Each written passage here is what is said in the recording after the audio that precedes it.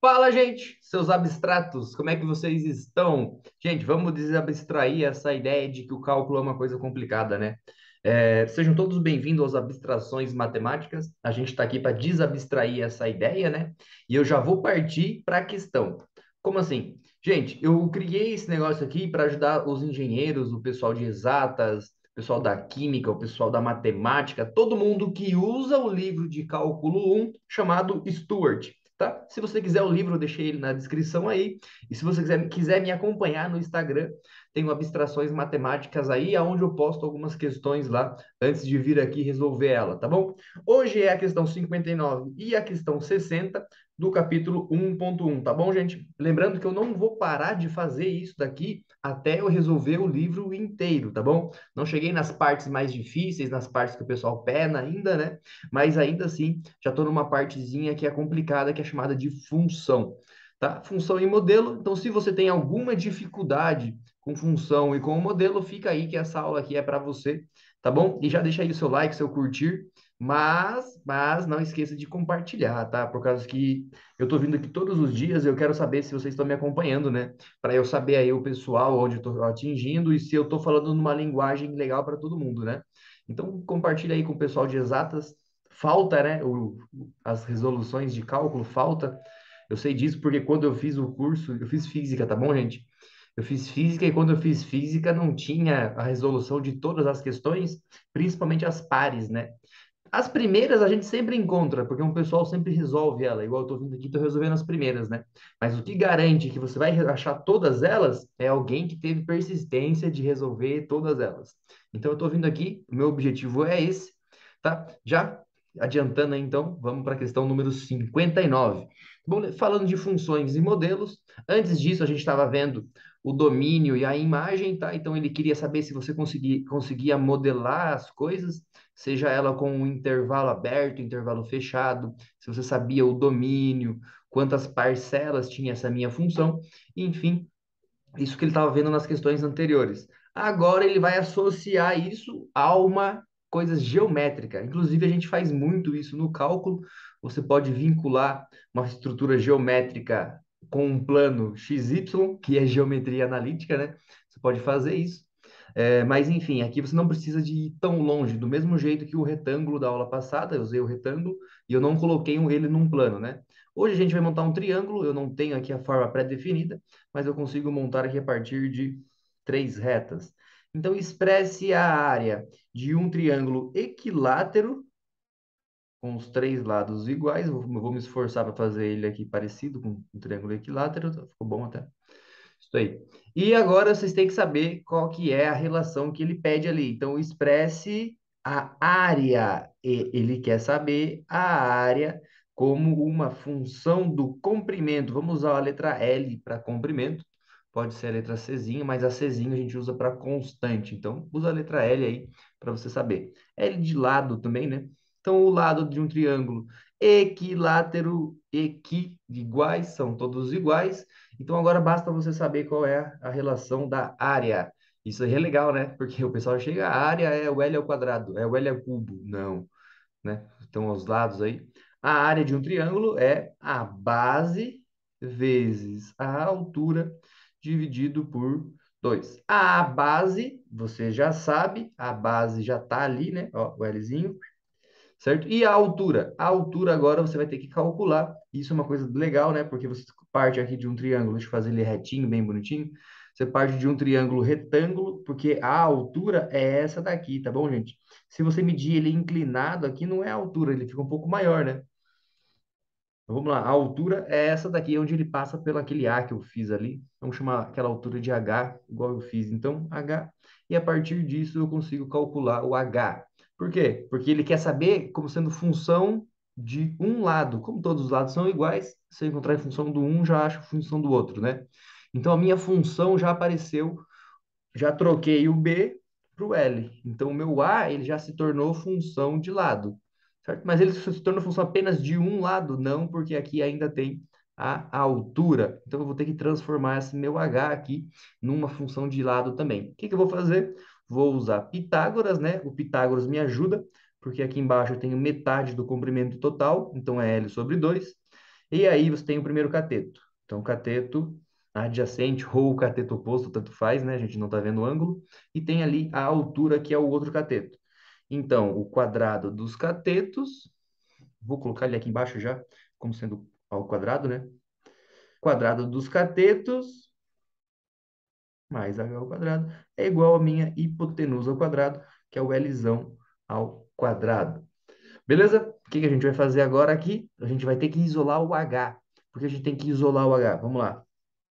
H ao quadrado igual a quem? Igual ao L, porque eu preciso colocar o h lá em cima, né, gente? Igual a L ao quadrado menos L sobre 4.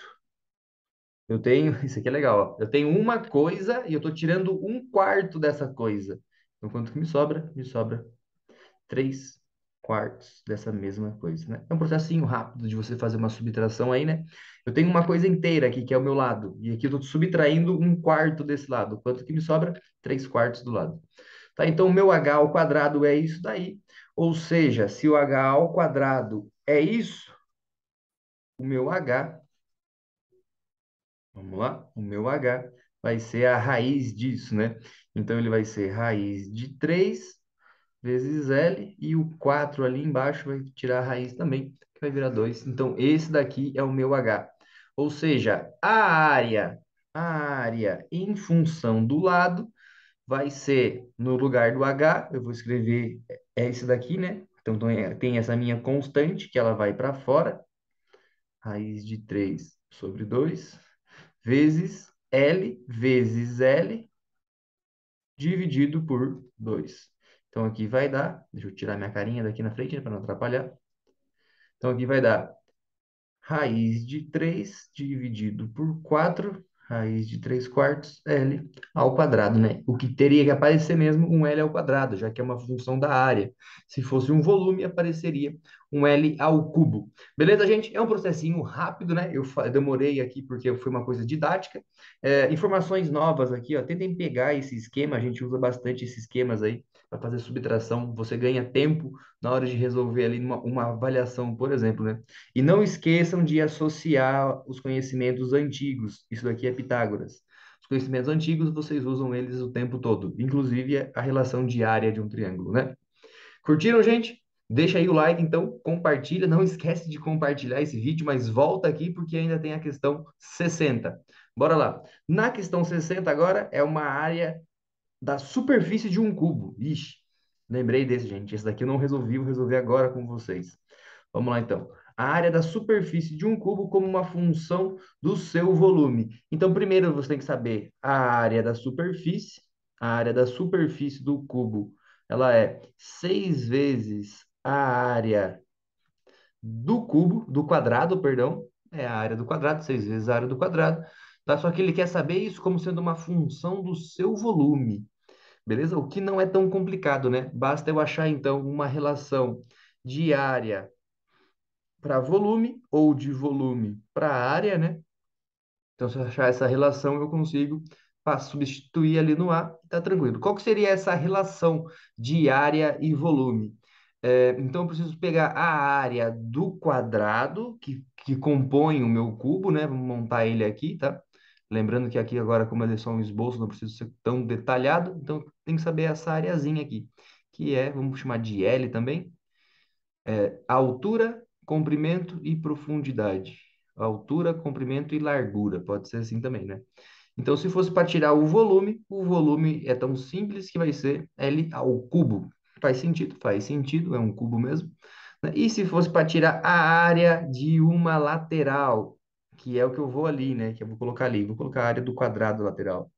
A área do quadrado vai ser quem? Vai ser L ao quadrado. Beleza? E agora? E aí que você tem que associar um ao outro aqui, né? Como é que eu faço isso? Eu vou substituir o meu L, ele vai ser igual a raiz cúbica do volume, inclusive é isso que a gente faz, né, para tirar o metro cúbico, raiz cúbica do volume. E aí eu faço o quê? E aí eu substituo esse L ali dentro, né? Então a área do meu quadrado, a minha área lateral, é igual ao meu L ao quadrado. Então, o que que seria isso daqui? Seria a raiz cúbica do volume ao quadrado. Vou substituir lá. Se liga. Não teria problema eu deixar assim, ó. Substituir 6 vezes a raiz cúbica do volume ao quadrado. Não teria problema eu deixar assim, certo? Mas você está aí praticando exatas, então você vai fazer o quê? Você vai treinar o seu cérebro, é um exercício, gente. Você tem que exercitar ele, senão na hora de você testar ele mesmo, na hora da prova, você não vai estar bem. É igual um cara que está fazendo uma coisa de uma modalidade olímpica. O cara treina o tempo inteiro para na hora da prova ele não errar. E aqui é um tipo de treino. A resposta já está certa aqui, mas você tem que fazer o quê? Deixa ela num formatinho mais bonito, né? Então, tá, ao cubo, o que que seria isso? É o meu volume elevado a um terço, ó, ao quadrado, tá? Então, seria ele vezes ele mesmo, tá? Isso daí eu faço, então, vou fazer o quê? Eu vou somar os elementos. Um terço mais um terço é igual a dois terços do volume. Tá bem, gente? Então, o que que é isso aqui que eu estou circulando aqui embaixo aqui agora? É a área da superfície, né? Porque a superfície de um cubo é 6 vezes a área lateral, e a minha área lateral eu posso escrever ela como sendo uma função do volume nesse formato aqui. Tá bem, gente? Então tá escrito ali, do jeito que ele pediu, né? A área da superfície como uma função do seu volume, do volume do cubo. Beleza, gente? Espero ter ajudado vocês aí nessas duas questões. Não são duas questões tão complicadas assim. Lembrando que as questões complicadas vão começar a aparecer a partir de agora, né? Mas enfim, não deixem de me acompanhar, se inscreve no canal aí, tá? E compartilha isso com o povo doido de exatas, que eles vão curtir demais, porque o conteúdo aqui é profundo. Valeu, galera. Aquele abraço. A gente conversa.